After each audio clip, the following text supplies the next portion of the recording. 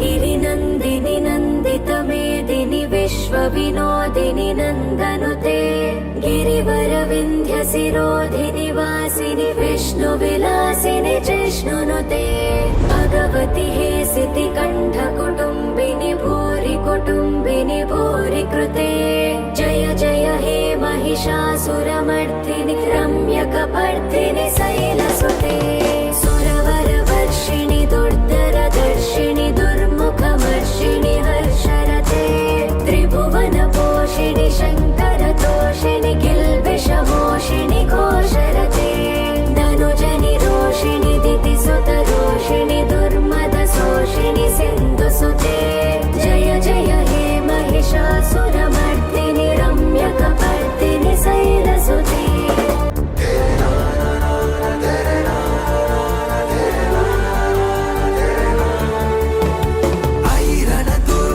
शत्रुवधोदित दुर्धर निर्जर शक्तिभृते चतुर विचार धुरीण महाशिव दूत कृत प्रमथाधिपते दुरित दुरीह दुराशय दुर्मति दानवदूत कृतान्तमते जय जय हे महिषासुरमर्दिनि रम्यकपर्दिनि शैलसुते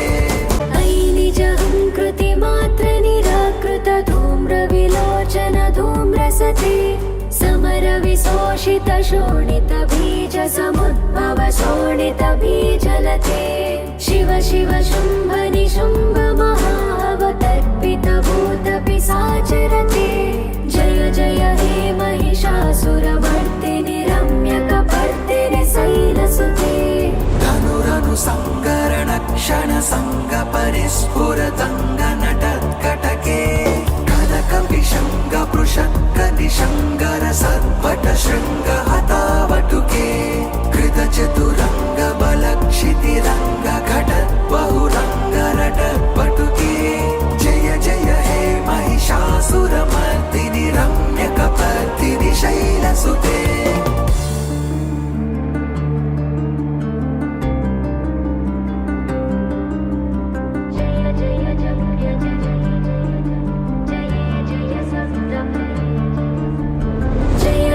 जप्य जये जय सप्त परस्तुति तत्पर विश्वनुते भण भण भिञ्जिमि भिङ्कृतनूपुर सिञ्जित मोहित भूतपते नटित नटार्ध नटी नटनायक नाटित नाट्य सुगानरते जय जय हे महिषासुरमर्दिनि रम्यकपर्दिनि शैलसुते मयि दीनदयालुतया कृपयैव त्वया भवितव्यमु मे अयि जगतो जननी कृपयासि यथासि तथानुमितासि रते यदुचितमत्र भवत्युररे कुरुता दुरुतापमपाकुरुते जय जय हे महिषासुरमर्दिनि रम्यकपर्दिनि शैलसुते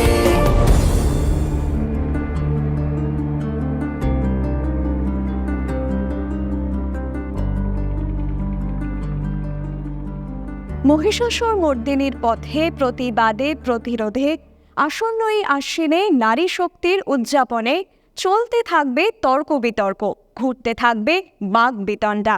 তারই মাঝে ব্রেনওয়্যারে এই অভিনব আগমনী আড্ডা।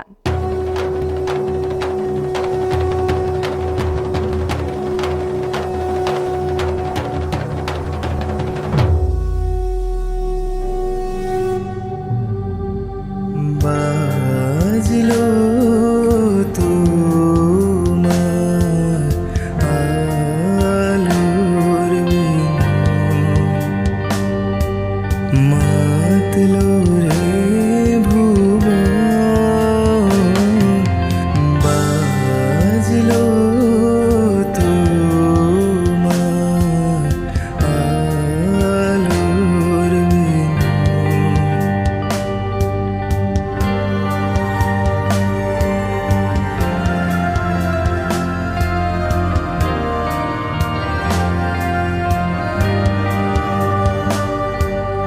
আজ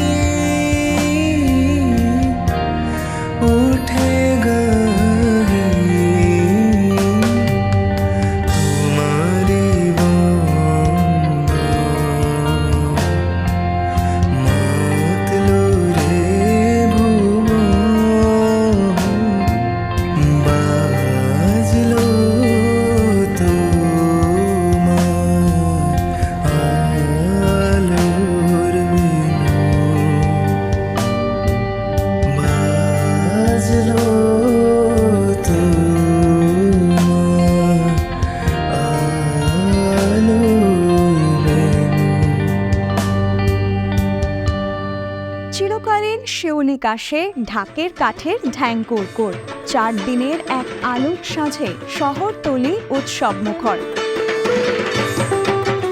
নারী শক্তির আরাধনায় ছিড়বে শহর সকল বাঁধন, দুষ্ট দমনে রচিত হবে আবার একটা অকাল বোধন। দুর্গাপুজো বলতে আমরা ছোটবেলা থেকে যেটা শুনে এসেছি সেটা হচ্ছে অকাল বোধন। দুর্গাপুজো অকাল বোধন হয়েছিল। এই অকাল বোধন বলতে আমাদের ব্রেনওয়্যার ইউনিভার্সিটির স্টুডেন্টরা কি বোঝে জেনে নেব তাদের থেকে।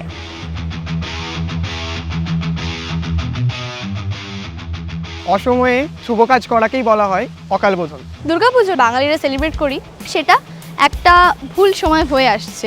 যেখানে রাম রাবণ বধের জন্য নিজের চক্ষুদান করতে যাচ্ছিল, সেই সময় দেবী দুর্গা এসে সেই চক্ষুদানকে আটকে দেয়। যে ইচ্ছেকে বাস্তবে রূপান্তর করার মানেই হলো অকাল বোধন। মায়ের পাশাপাশি রাম, লক্ষ্মণ, সীতা সবার পুজো হয়ে থাকে। আমার কাছে এটাই অকাল বোধন। অকালে হোক কিংবা আসল সময়, পুজোর আনন্দটাই হলো আসল। আমার কাছে অকাল বোধন আশার আলো। কারো যদি ইন্টেনশন পিওর হয় তাহলে অকালও বোধন হতে পারে। গতানুগতিক জীবনের মাঝে 4 দিনের এক ছুটি খুঁজো, নিজের মতো সময়টাকে কাটানোর নামই দুর্গাপুজো। আমরা রয়েছি ব্রেনওয়্যার ইউনিভার্সিটির আগমনী আড্ডায়, আর আমার সঙ্গে এই মুহূর্তে রয়েছেন ব্রেনওয়্যার ইউনিভার্সিটির ফ্যাকাল্টিরা। তাদের সঙ্গে কথা বলবো, ছোটবেলার পুজো তাদের কেমন কাটতো সেই নিয়ে আড্ডা হবে, পুজোর ভালো লাগা খারাপ লাগা সব কিছু নিয়েই আড্ডা হবে। দেখুন। হ্যাঁ, পুজো বলতে প্রথমেই যেটা আমার মাথায় আসে সেটা হচ্ছে আমার এক আত্মীয়ের বাড়িতে পুজো হতো ছোটোবেলা থেকে, সেটা হচ্ছে গাজীপুরে। তো সেই পুজোটা আগে আরামবাগে হতো, সেখান থেকে গাজীপুরে শিফট হয় এবং সেই শিফটিংটা হয় আজ থেকে প্রায় 293 বছর আগে। যে বছর শিফটিং হয়েছিল আরামবাগ থেকে গাজীপুরে, সে বছর প্রবল বন্যা হয়, আর এরা কাঠামো কোনোদিন ফেলেনি। প্রায় অত বছরের পুরনো কাঠামোটাই চলছে। জন্মাষ্টমীর দিনকে একটু মাটি নতুন মাটি পড়ে। তো তখন নাকি এত বন্যা হয়েছিল, মাটি পাওয়া যাচ্ছিল না। মা নাকি স্বপ্নে দেখা দিয়ে বলেছিলেন আমারই শুধু পুজো কর, তাহলেই হবে। ও পুজোর সঙ্গে সঙ্গে আরও অনেক কিছু জড়িয়ে থাকে, যেমন পুজোর সাজ, পুজোর খাওয়া দাওয়া, পুজোর প্ল্যানিং। এবার ম্যামের কাছে যাব। ম্যাম, পুজোর প্ল্যানিং কতদিন আগে থেকে শুরু হয় বন্ধুদের সঙ্গে, আত্মীয় স্বজনের সঙ্গে? যখন আমরা ছোট ছিলাম তখনকার প্ল্যানিংটা কিন্তু কমপ্লিটলি ডিফারেন্ট। এখন যখন চাকরি করি, জবের একটা আওতার মধ্যে থাকতে হয়, এখনকার প্ল্যানিংটা আবার কমপ্লিটলি ডিফারেন্ট। যখন একটু ছোট ছিলাম তখনকার যদি স্মৃতি একটু মনে করি, তাহলে পুজোর অন্তত মহালয়া যখন থেকে শুরু হয়ে যেত তখন থেকে আমরা জানতাম যে আমাদের জামা কাপড় গুনতে বসতে হবে। এবারে কাকুর থেকে জামা আসবে, মা জামা দেবে, মামার বাড়ির পুরো গোটা মামার বাড়ির ইন্ডিভিজুয়াল লোকে জামা দেবে, এবং সেগুলোকে স্টেপ বাই স্টেপ গুনে রাখতাম যে কবে কোনটা পরবো এক্স্যাক্টলি। আর এখন যেটা হয়ে গেছে, পুজোর প্ল্যানিংটা শুরু হয় ঠিক পঞ্চমীর রাত থেকে। দেখে নেওয়া হয় যে সবাই অ্যাভেলেবল আছে কিনা, কেউ কারোর বয়ফ্রেন্ডকে নিয়ে বেরোচ্ছে কিনা, কিংবা কেউ পার্সোনালি বেরোচ্ছে কিনা, আর আমি আমার মা বাবার সাথে আর ভাইয়ের সাথে ঘুরতে বেরোচ্ছি কিনা, সবটা বুঝে নেওয়া হয়। এবার যাবো ম্যামের কাছে। ম্যাম, পুজো মানে তো এই সমস্ত কিছু রয়েছে, সাজগোজ রয়েছে, ঘুরে বেড়ানো রয়েছে, কিন্তু সব থেকে ইম্পর্টেন্ট পার্ট, যেটা আমার কাছেও খুব ইম্পর্টেন্ট, সেটা হচ্ছে পুজোর খাওয়া দাওয়া। তো পুজোর খাওয়া দাওয়া নিয়ে আপনি কি বলবেন? আপনি কি ধরনের খাবার খেতে পছন্দ করেন সেই সময়? আসলে আমার ছেলেবেলা কেটেছে গ্রামে। তো গ্রামের পুজো মানেই বুঝতে পারছো, কলকাতার মতো এত চাকচিক্য নেই সেখানে। তো আমাদের যেহেতু আমরা কর্মসূত্রে বাবারা বাইরে বাইরে থাকতো, আমার বাড়িতে প্রচুর ফ্যামিলি মেম্বার, মানে আমরা যখন জমায়েত হতাম সেখানে হচ্ছে 20 জনের পরিবার আমাদের। তো পঞ্চমী ষষ্ঠী থেকে সবার চলে আসা শুরু হতো, আর বাড়িতেই তৈরি হতো, মা জেঠিমারা সবাই মিলে বানানো শুরু করতো নারকেলের নাড়ু, গুড়ের নাড়ু, চিড়ের মোয়া, যেগুলো এখন প্রায় এই দিকে পাওয়াই যায় না বলতে গেলে। তার সাথে গজা, বাড়িতে তৈরি গজা, নিমকি, এইসবগুলো। নবমীর ধরো খাসির মাংস ঝোল ভাত, এটা তো সবার প্রিয়, আর আমাদের বাড়িতেও সেটাই হতো। হ্যাঁ, একেবারেই। মানে গ্রামের পুজোটা তো সবসময় একটু অন্যরকম হয়। সেখানে এগ রোল, ঘুগনি, ফুচকা, এগুলো তো মানে একেবারে শুনলেই জিভে জল আসে। তাই দুর্গাপুজোর এই কয়েকদিন এই খাবারগুলোর সাথে নিজেকে মেশাতে ভীষণই ভালো লাগে। এবার যাবো স্যারের কাছে। ছোটোবেলার পুজো বলতে যেটা মনে পড়ে, আমার ছোটোবেলাটার পুজো কেটেছে হচ্ছে হায়দ্রাবাদে আমার বাবার চাকরির সূত্রে। এবার সেখানে হায়দ্রাবাদে নানা রকম বাংলা অ্যাসোসিয়েশন আছে।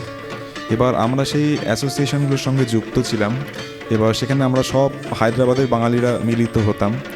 সকাল থেকে পুজো মণ্ডপে হই হুল্লোড়, খাওয়া দাওয়া, এবং সন্ধে হলেই নানা রকম কালচারাল অনুষ্ঠান হতো। পুজোর প্রথম দিকে যে অনুষ্ঠানগুলো হতো সেগুলোয় আমরা অংশগ্রহণ করতাম, গান বাজনা ইত্যাদি। আর পুজোর পরের দিকে যে অনুষ্ঠানগুলো হতো সেগুলোতে কলকাতার অনেক নামি দামি শিল্পীরা যেতেন। আমার এক বছর মনে আছে, যেমন আরতি মুখোপাধ্যায় গেছিলেন।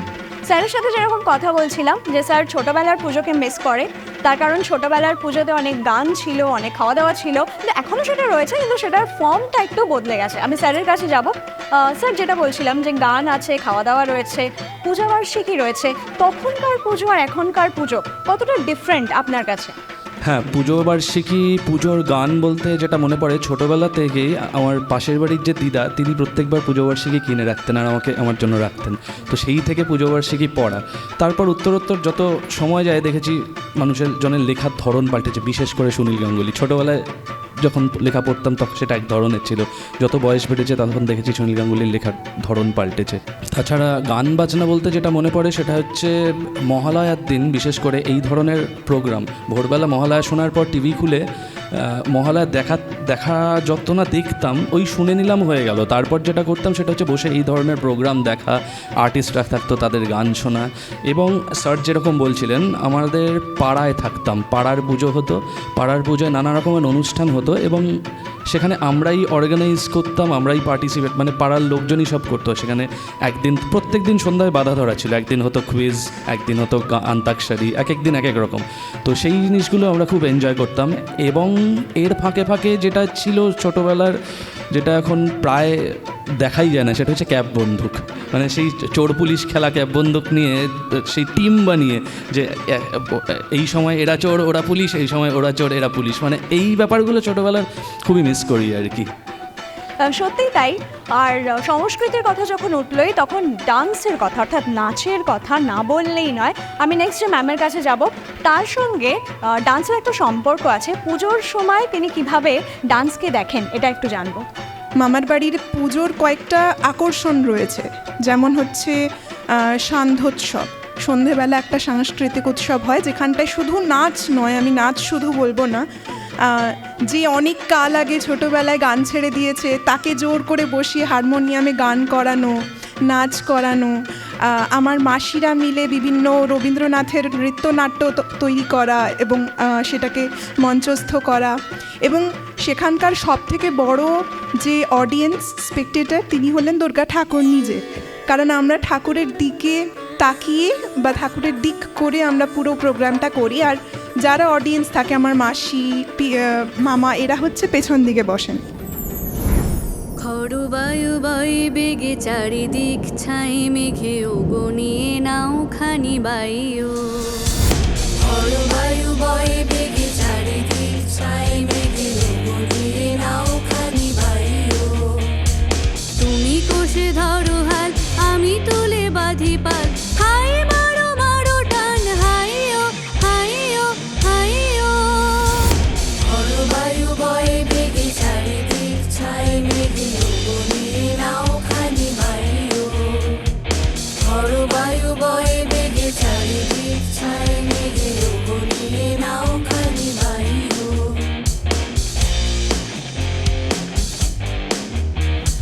শৃঙ্খলে বারবার ঝনঝন ঝঙ্কার, নয় তো তরুণীর ত্রন্দন শঙ্কার। শৃঙ্খলে বারবার ঝনঝন ঝঙ্কার, নয় তো তরুণীর ত্রন্দন শঙ্কার। বন্ধন দুর্ভার সহ্য না হয় আর, টলমল করে আজ তাই। হাই মারো মারো টান, হাইও হাইও হাইও। খড় বায়ু বয় বেগে চারিদিক ছাই মেঘে গনিয়ে নাও খানি বায়ু। খড় বায়ু বয় বেগে চারিদিক ছাই মেঘে গনিয়ে নাও খানি বায়ু।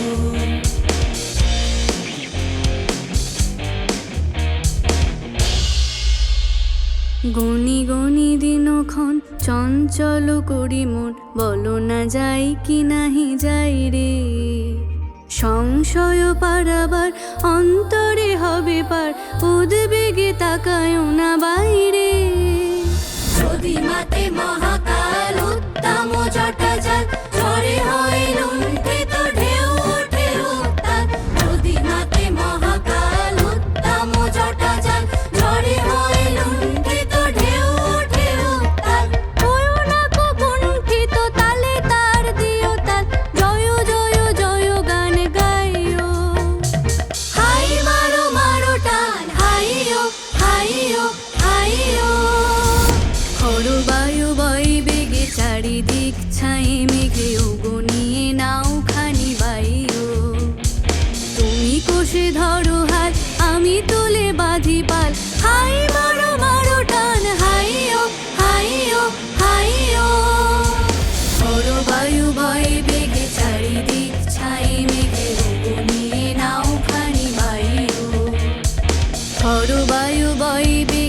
চারিদিক ছায়ে মেঘে গনিয়ে নাও খানি বায়ু। কলকাতা তথা পশ্চিমবঙ্গ যখন উমার আগমনে সাজছে, কেমন করে কাটায় পুজো যারা আমাদের প্রতিবেশী রাজ্যে? হ্যাঁ, কলকাতার পুজো সম্পর্কে আমরা সকলেই কম বেশি ওয়াকিবহাল, কিন্তু ত্রিপুরার পুজো কেমন করে কাটে? দুর্গাপুজো কি কলকাতা থেকে খানিকটা ডিফারেন্ট নাকি অনেকটাই একরকম? সেটা জানাতে আজকে ব্রেনওয়্যার ইউনিভার্সিটির কয়েকজন স্টুডেন্টস রয়েছে আমার সঙ্গে, আর তারা জানাবে ত্রিপুরায় তাদের কাটানো পুজোর কী অভিজ্ঞতা।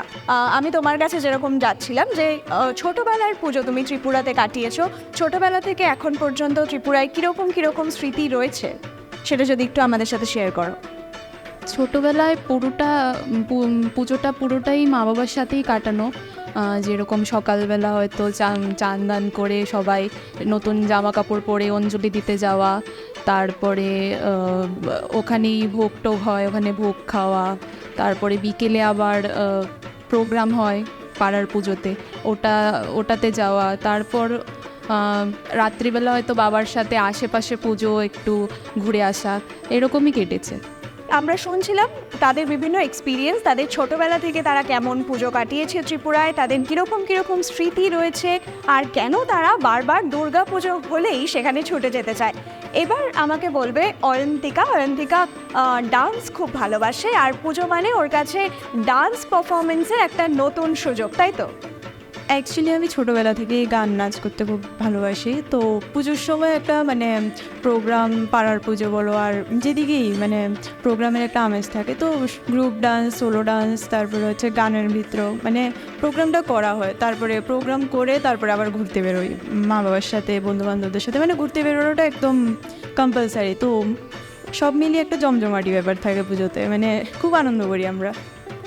অয়ন্তিকার ডান্স পারফরমেন্সের গল্প তো শুনলাম, এবার যাব রাহুলের কাছে। রাহুল নর্থ ত্রিপুরা থেকে বিলং করে এবং সেখানকার পুজোর এক্সপিরিয়েন্স কীরকম সেটা রাহুল আমাদের শোনাবে। আমাদের নর্থের পুজো প্রায় অনেক বড় করে হয়। ষষ্ঠী থেকে স্টার্ট হয়, সপ্তমী অষ্টমীতে আমাদের সব বন্ধুবান্ধব, আমাদের যেখানে কালীবাড়ি আছে, আমাদের অনেক স্থাপিত কালীবাড়ি, যেখানে পুরো টাউনের মানুষ এখানেই আড্ডা মারে, সিনিয়র জুনিয়র্স সবাই আসে, সবাই সাথে আবার এক বছর পরে দেখা হয়, প্রায় অনেক মজা করি আমরা। এরকম দেখতে দেখতে তারপর আসে দশমী, আর আমাদের এখানে দশমী অনেক বড় করে সেলিব্রেট হয়, প্রায় 2-3 দিন আমাদের দশমী হয়। ডিফারেন্ট ক্লাব, অনেক বড় বড় ক্লাব আছে যারা অনেক বড় করে পুরো টাউন জুড়ে মানুষ আসে। এখানেই শেষ নয়, গল্প আরও বাকি আছে, তার কারণ রাহুলের একটা দারুণ এক্সপিরিয়েন্স হয় প্রত্যেক বছর। ও নিজের বন্ধুর বাড়িতে দুর্গাপুজোর সময় যায় এবং সেখানে দারুণ সব অভিজ্ঞতা সঞ্চয় করে, তাই তো রাহুল? বন্ধুর বাড়ি বলতে তো এই বছরও আমাদের প্ল্যানিং হয়ে গেছে অলরেডি, একটা হোয়াটসঅ্যাপ গ্রুপে সব মেসেজ টেজেস সব কিছু চলে এসছে। এখন সবাই ডিফারেন্ট স্টেটে আছে, ডিফারেন্ট ইউনিভার্সিটিতে পড়ছে। তো প্রায় 1 বছর পর আবার সবাই একসাথে, সেই ছোটোবেলার থেকে আমরা একসাথেই আছি, আবার সেই রিক্রিয়েট করা যে আমরা মেমোরিজগুলো ছোটোবেলা থেকে যে আমরা এনজয় করছি, সেই দিনগুলো আবার ফিরে পাওয়া। দেখতেই পাচ্ছেন আমাদের আড্ডা একেবারে জমে উঠেছে, অর্থাৎ আগমনীর আড্ডার পুরোপুরি জমজমাট মজা শুরু হয়ে গেছে। এবার যাবো পীতাম্বরের কাছে, এবং আমরা জানি যে সাবেকি পুজো এবং থিমের পুজো কলকাতায় আমরা এরকমভাবে পুজো দেখি, কিন্তু ত্রিপুরাতে কীরকমভাবে পুজোটা হয় সেটা ওর থেকে জানবো। ত্রিপুরার ওয়েস্টের পার্টির থেকে এর আগের বার যেমন করেছিল কেদারনাথের থিমে করেছিল, আমাদের এখানে কেদারনাথের থিমে করেছিল। এখানে খুব জমজমাট মানুষ হয়েছে এবং খুব বড় বড় যেমন বিদ্যাশ্রী আছে, উষাবাজার আছে এবং ভারতরত্ন ক্লাব আছে, সব ক্লাবরা আলাদা আলাদা থিমের ভিতরে বড় বড় করে পুজো করে। এসব তো হলো, কিন্তু পুজোর একটা সবথেকে ইম্পর্টেন্ট পার্ট হচ্ছে খাওয়া দাওয়া। আর পুজোর সময় পীতাম্বর একটা স্টলে বসে এবং সেখানে ওর নানান রকম খাওয়া দাওয়ার গল্প আছে, আর সেটাও আমাদের সঙ্গে শেয়ার করতে চলেছে। বল। খাবারের এক্সপিরিয়েন্স আমরা চার বন্ধুরা ছিলাম, সিকিম, অরুণাচল প্রদেশ, মিজোরাম, মণিপুর। আমার এখনও চারজন বন্ধুরা আছে, ওরা ডিফারেন্ট স্টেটে চলে গেছে, আমি এখনও ব্রেনওয়্যারে চলে এসেছি। আমরা সবাই পুজোর সময়, প্রতি বছর পুজোর সময় মিলি এবং আমরা একটা স্টল দিই এবং পুজোর সময় বেচা কিনা করি এবং জমজমাটি পুরো আনন্দ করি। যে পুজোর সময় সবসময় আমরা যাই, স্টলে বসি, নানান ধরনের খাবার আমরা বানাই, বিভিন্ন ধরনের সেল করি। কি কি ধরনের খাবার বানাস? যেমন চাউমিন বানাতে পারে, মোমো বানাতে পারে। খুব ভালো এক্সপিরিয়েন্স আমার। আগমনের আহ্বানে আশার আলো ফুটবে যবে, তোমার আমার ইচ্ছে পূরণ এই শারদোৎসবে। ব্রেনবেল ইউনিভার্সিটির আগমনী আড্ডা নিশ্চয়ই আপনারা দারুণ এনজয় করেছেন। আর আরও নতুন নতুন ভিডিও দেখার জন্য চোখ রাখুন আমাদের ইউটিউব চ্যানেলে।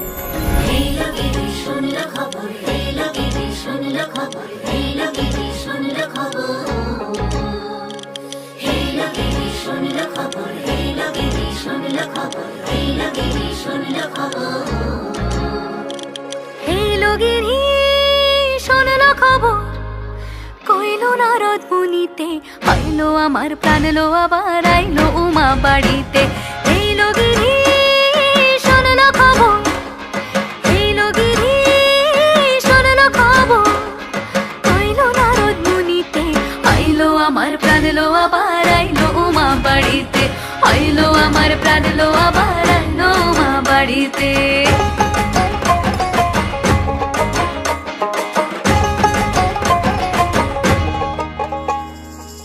ভোরের আসে পথের পাশে তোলে কাশের ফুল, হইল বাতাস শিউলি ফুলের গন্ধেতে আকুল।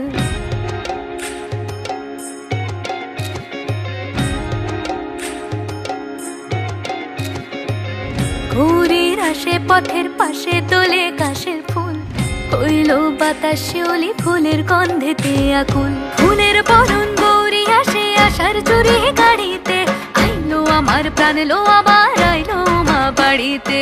এইলো গিরি শুনলো খবর, কইলো নারদ মুনিতে, আইলো আমার প্রাণ লো আবার আইলো উমা বাড়িতে, আইলো আমার প্রাণ লো আবার আইলো উমা বাড়িতে, আইলো আমার প্রাণ লো আবার আইলো উমা বাড়িতে, আইলো আমার প্রাণ লো আবার আইলো উমা বাড়িতে।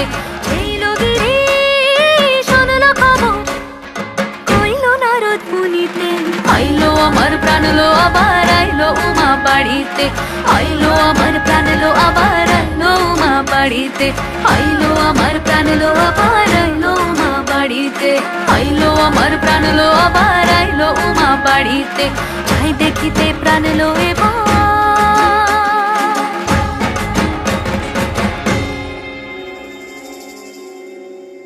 রইলো মা বাড়িতে।